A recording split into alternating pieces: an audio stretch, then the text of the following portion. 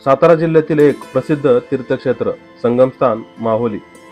सातारा ही मराठा साम्राज्याची एक राजधानी होती आणि साताऱ्यातील संगम माहुली हे असेच एक ठिकाण आहे जे साताराची समृद्ध ऐतिहासिक पार्श्वभूमी दर्शविते। वेण्णा आणि कृष्णा नदीच्या संगमावरती दोन प्रसिद्ध मंदिरे आहेत, विश्वेश्वर मंदिर आणि रामेश्वर मंदिर। त्यातील श्री काशी विश्वेश्वर मंदिराची माहिती आपण आज या व्हिडिओमध्ये घेणार आहोत। हे मंदिर श्रीपतराव पंत प्रतिनिधी यांनी इसवी सन 1735 मध्ये बांधले होते असे मानले जाते। मंदिराच्या संरचनेत गर्भगृह, अंतराळ आणि सभामंडप यांचा समावेश आहे, जो बेसाड दगडात बनवला आहे। मंदिराच्या भिंती अतिशय गुंतागुंतीच्या कोरीव शिल्पांनी सुशोभित केलेल्या आहेत। मंदिर हे तब्बल 50 फूट लांब आणि 20 फूट रुंद इतके आहे। माहुलीचा इतिहास हा रामायण काळापासून असलेले या भूमीचे मूळ हे त्रेतायुगापासूनचे असल्याचे मानले जाते। मंदिराच्या गर्भगृहाकडे जाणाऱ्या भिंतीवरती देवी पार्वती आणि श्री गणेशाच्या मूर्ती पाहायला मिळतात।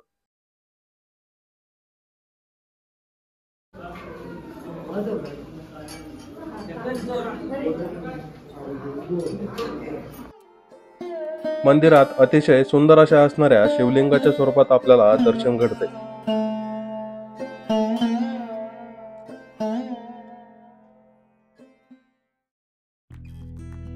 विश्वेश्वर मंदिराचा आणखी एक प्रमुख वास्तुशिल्प चमत्कार म्हणजे 60 फूट उंच दीपस्तंभ, जो एका कातळात कोरलेला आहे।